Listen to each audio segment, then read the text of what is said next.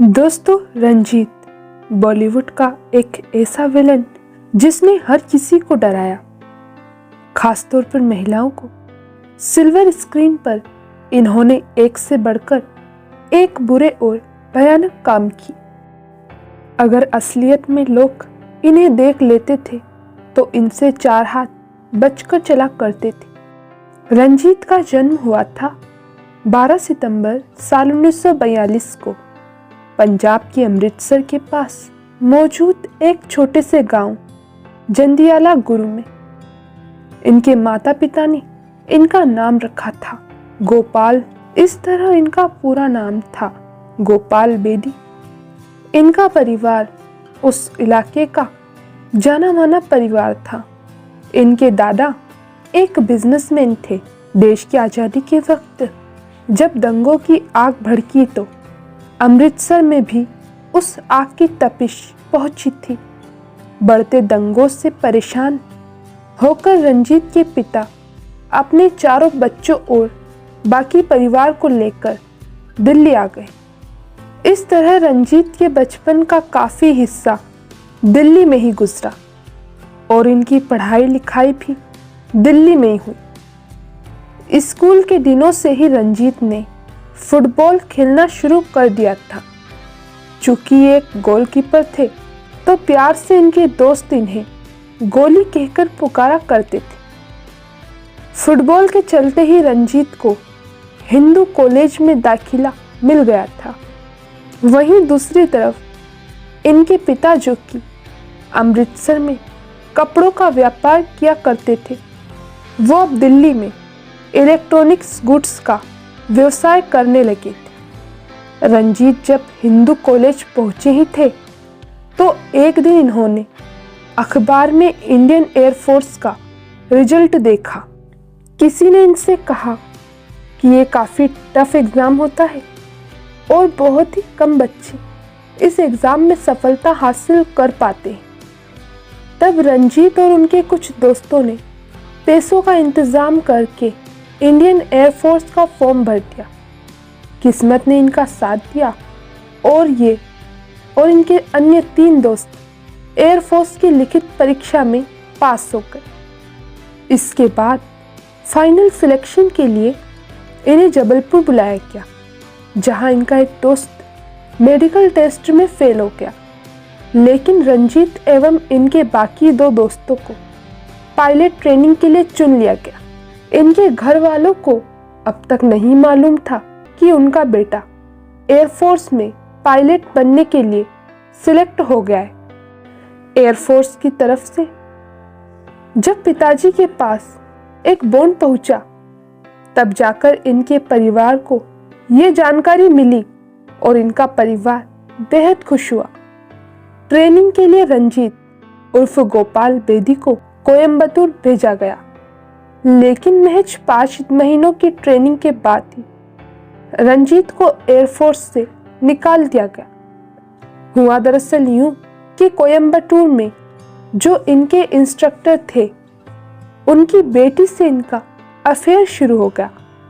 फिर ये ट्रेनिंग पर कम और उस लड़की के साथ ज़्यादा मशगूल रहने लगी। इस बात की खबर जैसे ही इनके इंस्ट्रक्टर को हुई तो वो इन पर बेहद नाराज हुए।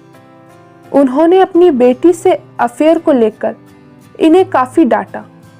नौजवान रंजीत भी काफ़ी गर्म हो गए। रंजीत ने भी अपने उस ट्रेनर को काफ़ी खरी खोटी सुनाई।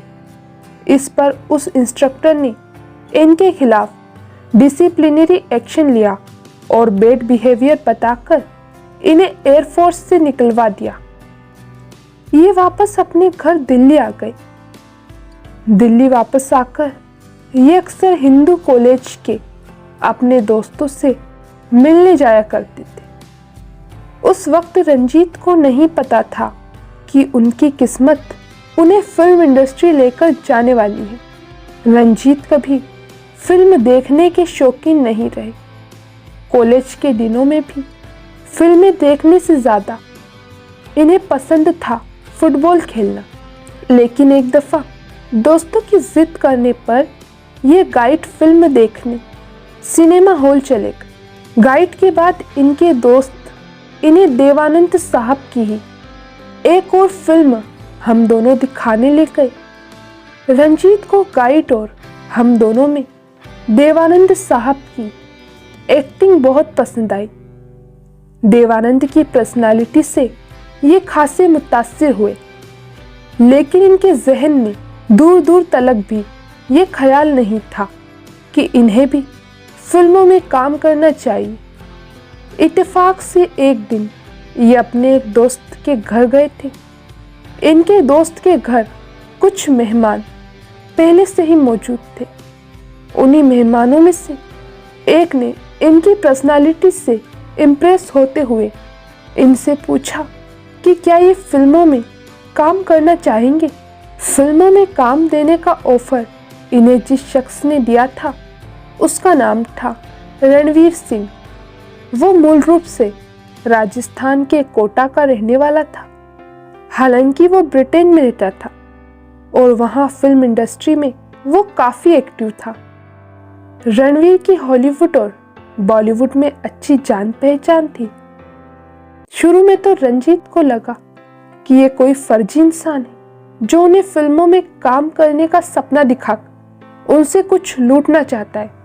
लेकिन जब रणवीर सिंह ने रंजीत को दिल्ली स्थित अपने होटल में आने का ऑफर दिया तो रंजीत ने वो ऑफर स्वीकार कर लिया। अगले दिन ये रणवीर सिंह से मिलने उस होटल पहुंच गए। होटल में रणवीर सिंह ने इन्हें डिनर करवाया और एक फिल्म की कहानी इन्हें सुनाई जो कि ट्रक वालों के जीवन पर आधारित थी। रणवीर ने इन्हें उस फिल्म में लीड रोल ऑफर किया।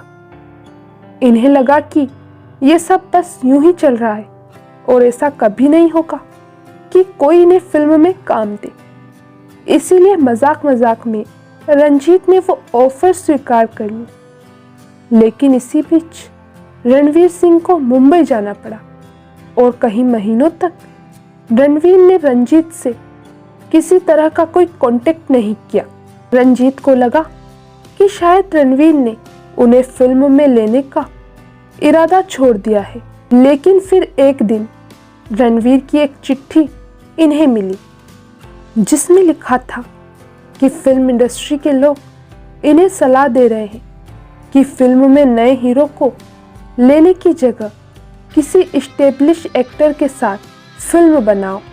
इसीलिए तुम फिल्म में कोई दूसरा रोल कर लो। अगर तुम फिल्म में काम करना चाहते हो तो मुंबई आ जाओ। चूंकि रंजीत उन दिनों कुछ नहीं कर रहे थे, सो घर वालों से मुंबई घूमने जाने का बहाना करके वो रणवीर के पास मुंबई में पहुंच गए, जो कि उन दिनों चेतन आनंद के घर पर ठहरे थे। रणवीर ने उनके ठहरने का इंतजाम भी चेतन आनंद के घर पर ही किया। कुछ दिन चेतन आनंद के घर रहने के बाद रंजीत को एक होटल में ठहराया गया।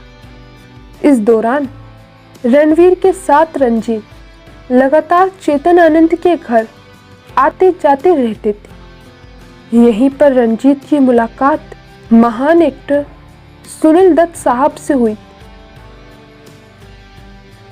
सुनील दत्त रंजीत से पहली मुलाकात से ही काफी इम्प्रेस हो गए और उन्होंने फैसला कर लिया कि एक दिन इस लड़के को अपनी किसी फिल्म में जरूर लेंगे। इसी बीच सुनील दत्त साहब से रंजीत की अच्छी खासी दोस्ती भी हो गई।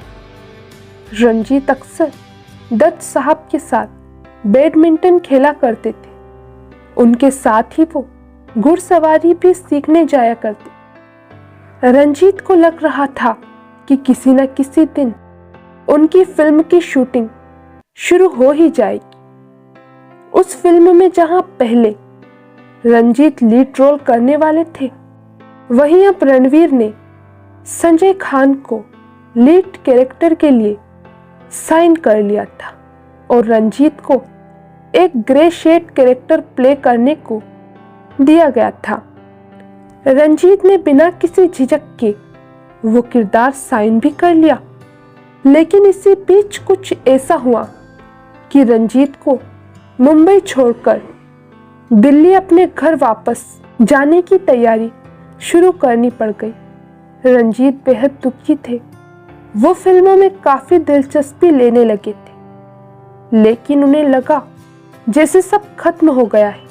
रणवीर ने जिस फिल्म के लिए रंजीत को साइन किया था और दिल्ली से मुंबई बुलाया था, उसकी शूटिंग अभी शुरू भी नहीं हुई थी कि फिल्म में पैसा लगाने वाले फाइनेंसर्स ने अपने हाथ पीछे खींच लिए। ये खबर रणवीर के लिए जितनी बुरी थी, उससे कहीं ज्यादा सदमा इस खबर ने रंजीत को दिया।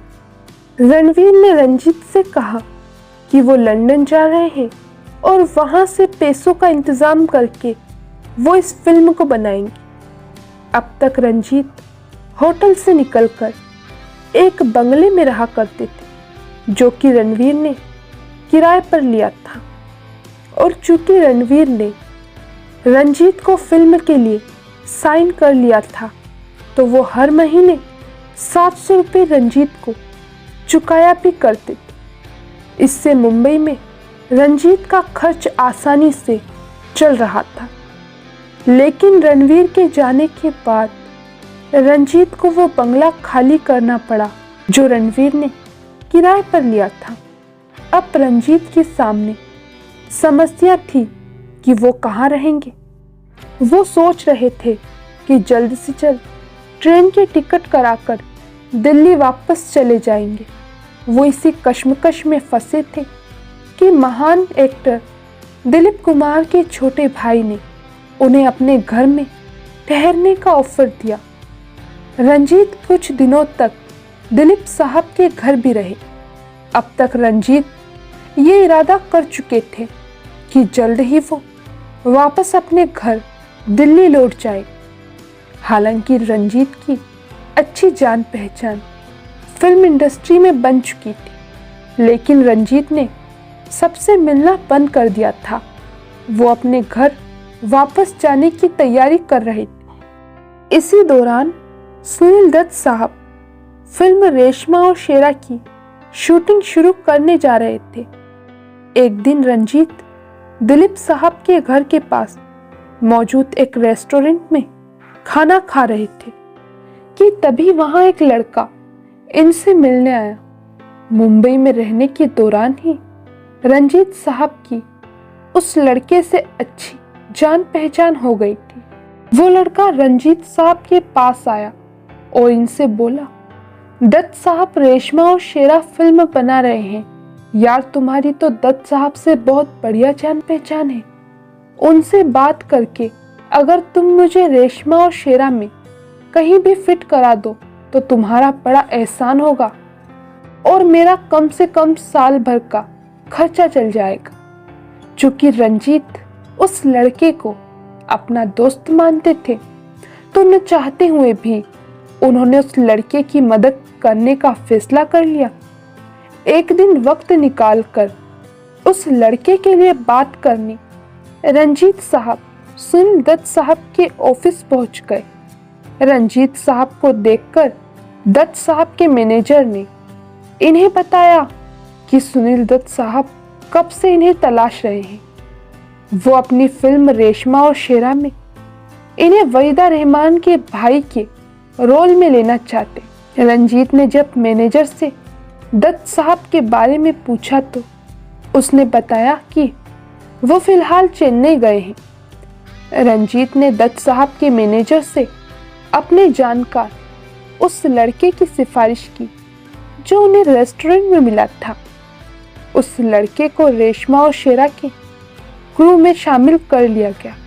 इसी दौरान दत्त साहब के मैनेजर ने रंजीत को यह भी बताया कि मशहूर प्रोड्यूसर डायरेक्टर मोहन सहगल भी एक दिन फोन करके उनके बारे में पूछ रहे थे और कह रहे थे कि रंजीत मिले तो कहना कि मोहन सहगल से आकर जल्द से जल्द मिले।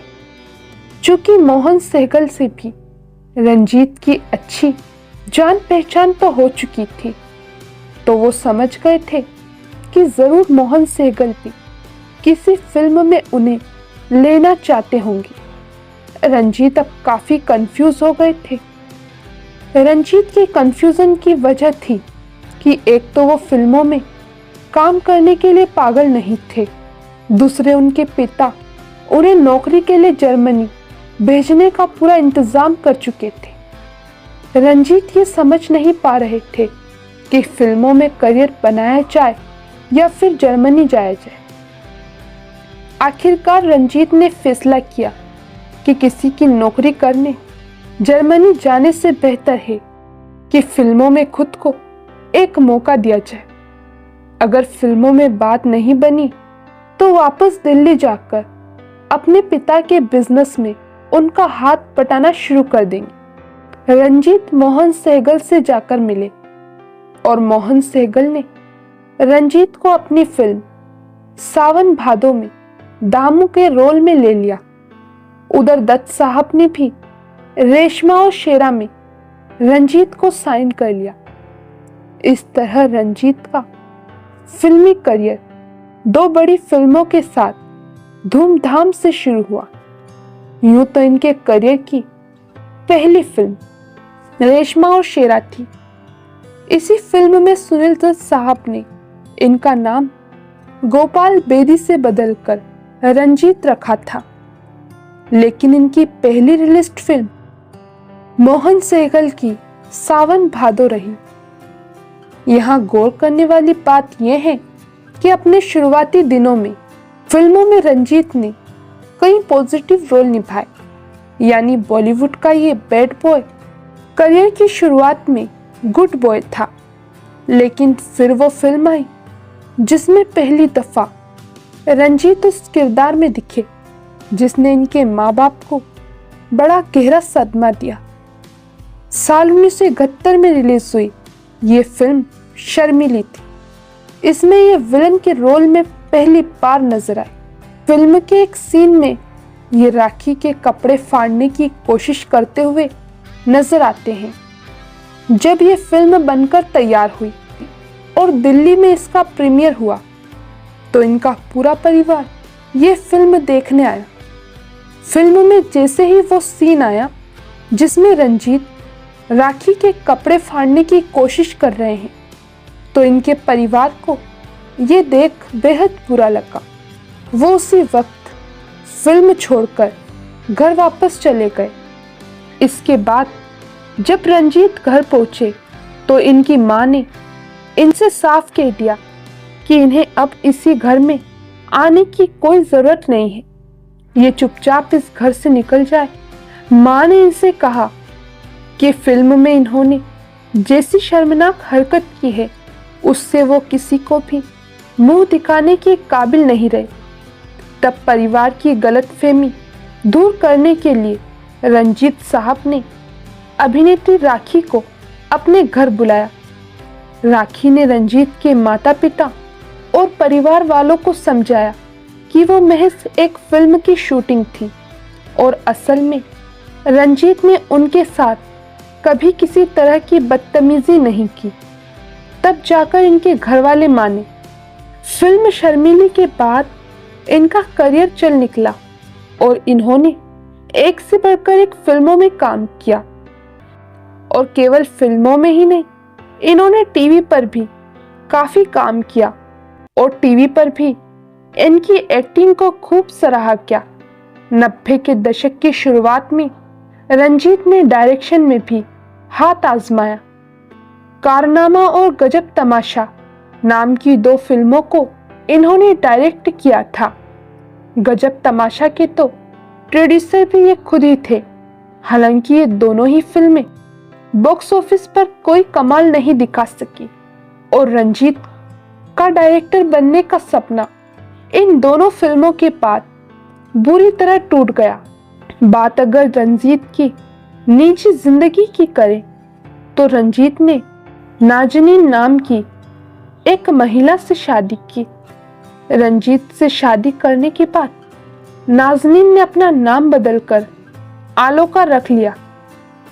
इस जोड़ी के 2 बच्चे हैं, बेटी दिव्यांका और बेटा चिरंजीव।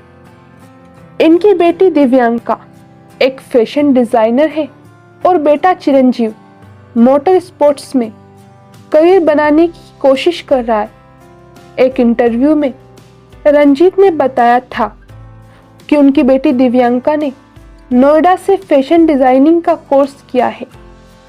वो जब भी अपनी बेटी से मिलने नोएडा जाते थे तो बेटी के साथ किसी रेस्टोरेंट में खाना खाने जाते थे। एक कम उम्र की लड़की को रंजीत के साथ देखकर लोग अक्सर मुंह बनाया करते थे। लोगों को लगता था कि रंजीत किसी कम उम्र की लड़की को डेट करने आए हैं। रंजीत को जब इस बात का एहसास हुआ कि लोग उन्हें और उनकी बेटी को देखकर गलतफहमी पालने लगे हैं, तो लोगों की गलतफहमी दूर करने के लिए वो वेटर से जोर से कहते कि जो भी मेरी बेटी ऑर्डर दे वही लेकर आओ। खैर, रंजीत की उम्र अब 83 साल हो चुकी है। वो अब फिल्मों से पूरी तरह से रिटायर हो गए हैं, लेकिन रंजीत का जलवा आज भी बॉलीवुड में बरकरार है। लोग आज भी रंजीत की फिल्मों को बड़े ही चाव से देखते हैं। हम इनके फिल्म इंडस्ट्री में इनके योगदान के लिए हमारे चैनल सेलेब्स रियल लाइफ द्वारा इन्हें सैल्यूट करते हैं।